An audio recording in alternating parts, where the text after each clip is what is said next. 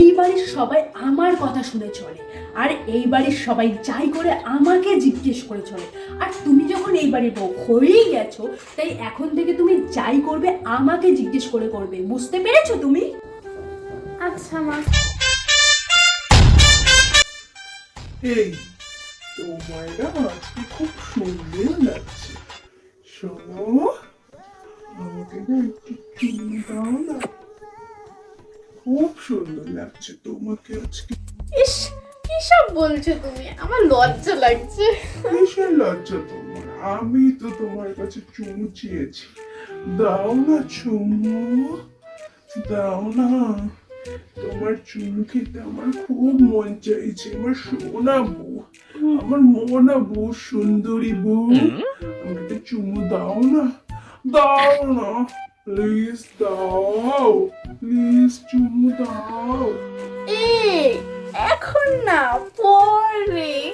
Please দাও না। মা মা, শুনুন, এদিকে আসুন তাড়াতাড়ি। কি হলো, চিল্লাচ্ছ কেন?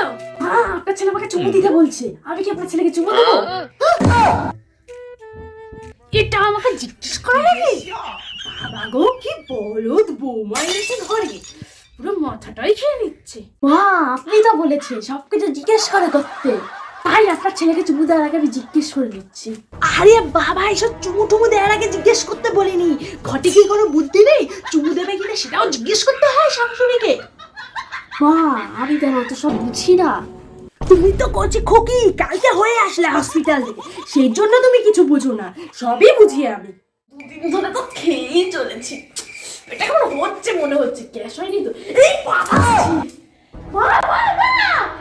আসুন এদিকে, বাতাসছে ভীষণ জোরে, তাড়াতাড়ি আসুন। কি হলো, চিল্লাচ্ছ কেন?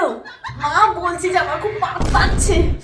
আমি কি পাত দেবো? মা, তাড়াতাড়ি বলুন, নইলে যে পাতা বেরিয়ে যাবে, ছাড়তে পারছি না।